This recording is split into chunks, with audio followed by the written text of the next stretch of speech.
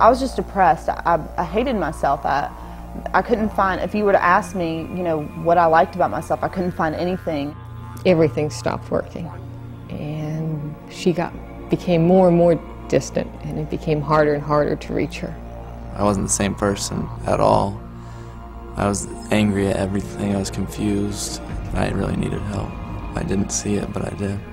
Love and caring alone was not enough. We had tried therapy and counseling, group therapy, individual, every combination you could think of, and we sort of reached the conclusion that we had felt like we had run out of practical options.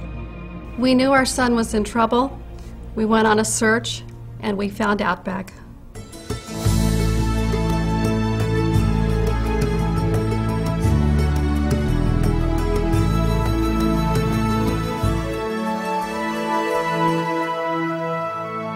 We started Outback with the vision in mind of bringing the best of what others had done in youth wilderness programs and combine that with the best of modern therapeutic techniques so that we could individualize treatment, customize treatment, and reach every young boy and girl that's been struggling.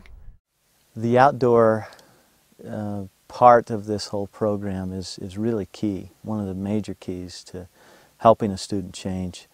Out here we have trees, dirt, bushes, animals, none of the things that they're used to, that they've kind of been a part of their old context, the computer, telephone, radio, friends, drugs, all that stuff is not attainable here.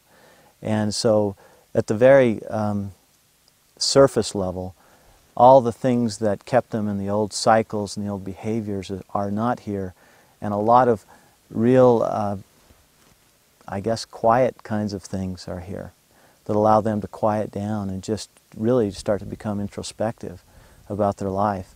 Especially in this day and age, I think there's so much noise and stuff and things that kids are able to fill up every moment of their day.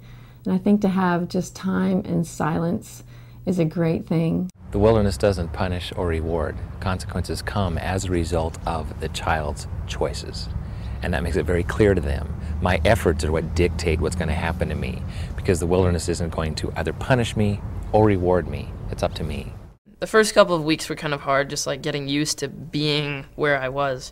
And then I think I found myself focusing more on like what we were talking about with our therapists in counseling, and like thinking about myself and what I was doing.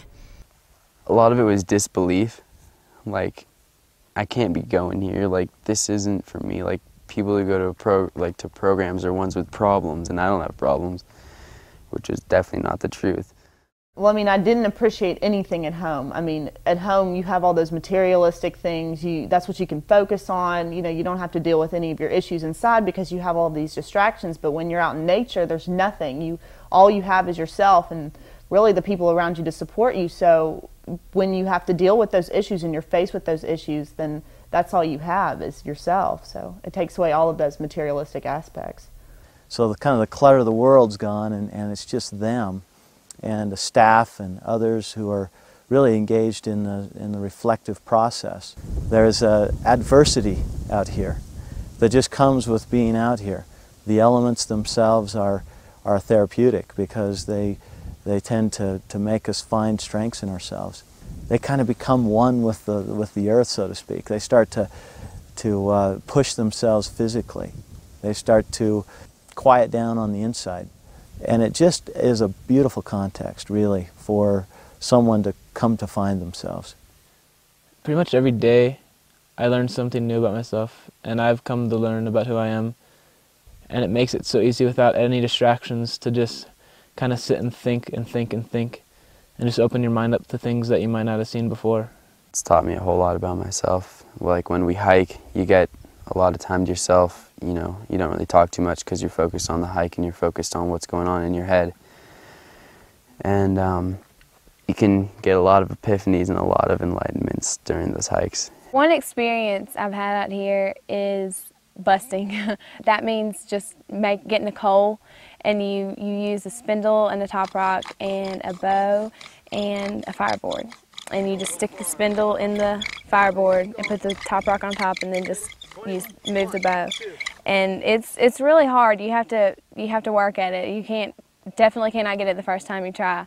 But the first time I did it, I felt like I was everything. I felt wonderful. I felt so good. I was so happy to see that little coal, to see that fire coming up. It was so exciting that I did it myself, and I just have a coal to make fire for the rest of the group to eat. I like a lot because a lot of it is based on Aboriginal and Native American traditions, and I think that a lot of those traditions that are, you know, shown through the ceremonies, and it's pretty much just a big metaphor for life. You know, at Outback, unlike a lot of other wilderness programs, we incorporate the making of primitive living skills items. And just like ancient cultures from all over the world for many years, that's where the lessons come from, that's where the metaphors come from. And that's one of the ways that we teach the kids out on the trail. This is a panpipe flute that I made. One of the girls that I worked with, she saw it and she wanted to make one. And as we were making them, like, she was getting really frustrated. And you know, just one simple little thing, she's just like, oh, this reed isn't turning into the flute like I wanted it to, you know? And just one little thing, you know, I was able to just mention how, well, you know, it takes time. You've seen yourself out here. You know, what effort you've put into making yourself a different person, a better person. And, you know, give the flute a little time to be a flute, you know? To be something really cool. And she's just like, oh, true. Her first letter to me was very angry. Words like, you know my situation here, you know, what do you think that you're doing? And by the second and third week, I was getting letters that said things like, I'm really starting to work on things now, and I'm starting to work on myself, and I know that I'm making progress now.